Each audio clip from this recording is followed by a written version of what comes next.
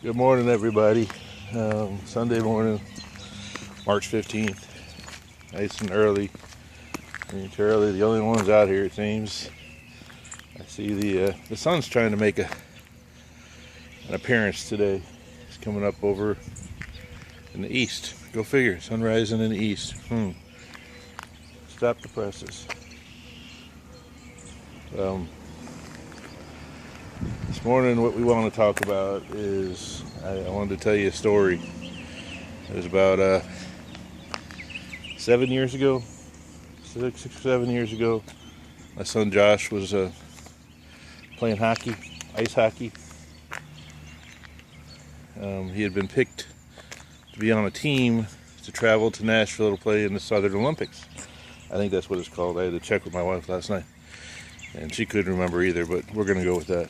Anyway, at the time I was on an assignment for work. Right, we were living here in Hernando, Mississippi, but I was up in Chicago from December. It was now March, and I was still up there trying to get this project off and running, and there was lots of problems, and I was stuck there. I had to be there. I was in charge, right? Well, I told my boss I needed to go to this hockey Olympic tournament for my son. I hadn't seen him in a couple months. My boss balked and yelled and screamed, said, "You can't go." I said, "I'm going. I'll be back in Chicago on Monday, but I gotta go. I gotta see my son play." And I did. I got on a plane, flew home to Memphis. Got home. My boss called me and said he had just talked to his boss. His boss was all upset because I wasn't there. I told him, it's nothing's going to happen over the weekend. I'll be back on Monday. Well, then all of a sudden I got a call from his boss who, gave me the whole, do it for the team. Sometimes life's not fair. Sometimes you got to, miss things because your career is more important, and and we talked for a long time, and he finally convinced me I had to go back to Chicago, and I had to miss the tournament, because my job was more important, because my career, I need to show that I was a team player, that I company first and all that crap. So I will never ever forget having to tell my son that I wasn't going to be able to come to the Olympics and see him play. He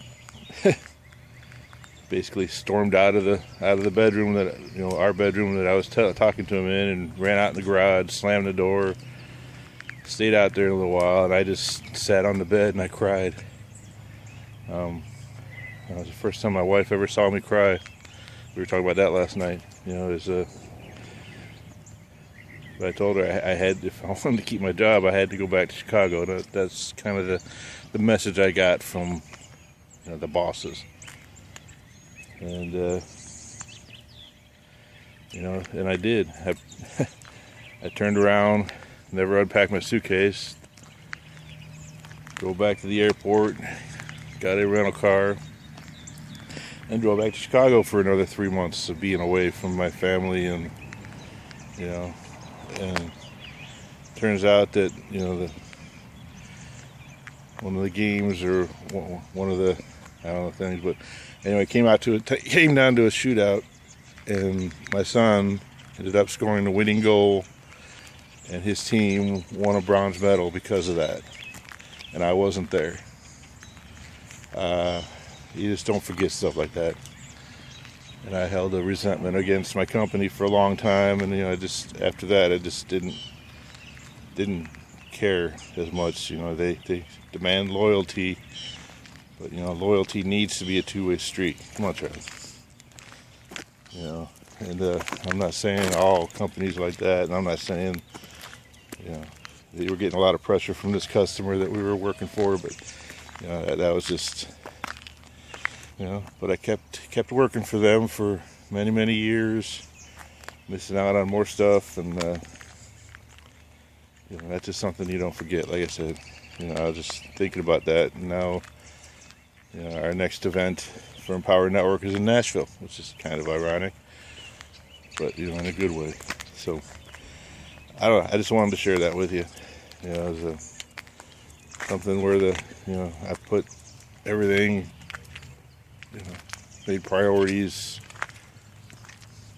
put the wrong things first. I should have went to Nashville. I should have watched my son score the winning goal and win a bronze medal, but I didn't. And I can make up for that today because now I'm putting them first. I'm with my family now. I'm with them, to where they might get sick of me. I don't know. But anyway, it's Sunday, March 15th. I see blue skies. Make it a great day.